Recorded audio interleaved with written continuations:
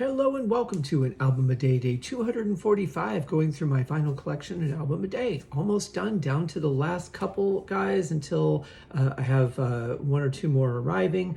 But today we're going back to 1985. This is this artist's second album. I don't have their first one on vinyl yet, but it is on my list to get. I'm talking about Yngwie Malmsteen, Marching Out. Yeah, it's all about him. Got a whole band, but you wouldn't know it. I mean, unless they're down here underneath the smoke.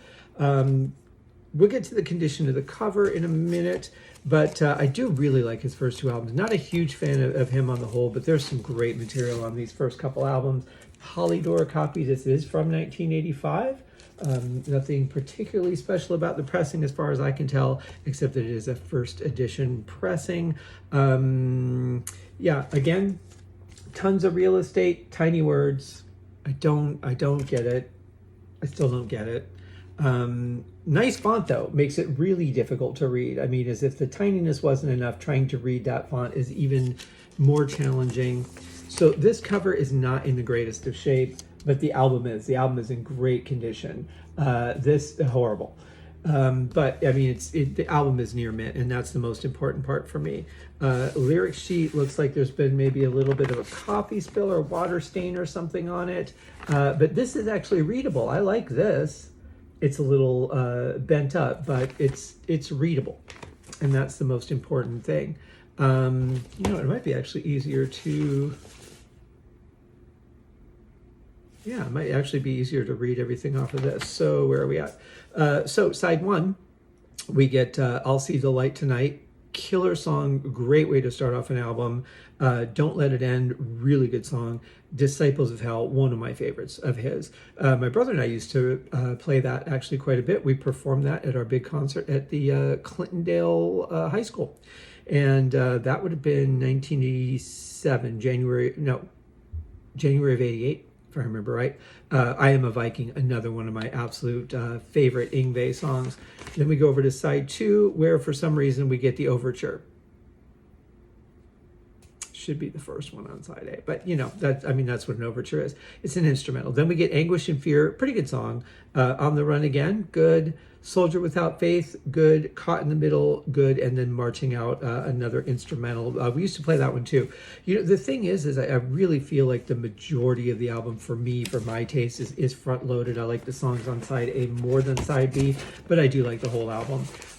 While I'm not a big fan of Yngwie because I really just don't like shred guitar that much, I like things that make me feel something. Every once in a while, I like something that just kind of, makes me want to jump around or whatever, and this is definitely good stuff.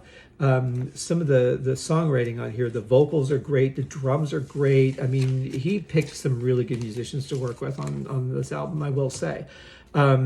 But the solos and some of the arrangements get a little bit much for me just because it's so many guitar notes so fast that it's just not music that I really identify with. I don't I like the way guys like Ritchie Blackmore,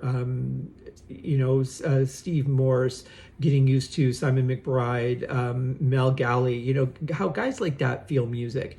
And Bernie Marsden, another one. I mean, look at all the stuff during the Whitesnake years, and that's the kind of stuff I really like. When you get to this, it pushes that edge of where I enjoy it, where I can connect with it. I like the songs, but some of them do tend to lose me a little bit in the solo sections just because it's just not music I connect with. But for some people, it's like the absolute greatest stuff in the world. So I would suggest checking out. It's definitely an album that's worth listening to.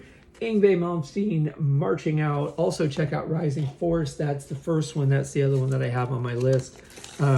Really good stuff. So we're down to our last couple of albums. Let me just double check because I think, there's only two more. And then there's two I'm waiting for. So I don't know when they'll be here, but we'll start on 45s. But we have a couple more to go yet. So I hope that you guys are having a wonderful weekend. I have a very special episode of Deep Purple Smoke on the podcast coming on Monday with a really cool guest.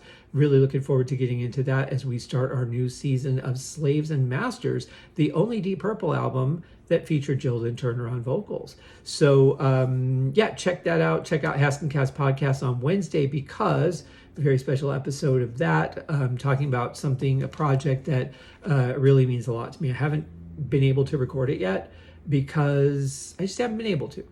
But that'll get done this weekend, so we'll see how that goes. In the meantime, guys, have a wonderful, wonderful day. Enjoy as we're winding down summer. For some people, summer's already over. They've gone back to school, and for other people, they're going to go back after Labor Day. And then for those of us who have jobs and things, it's just, another fucking day.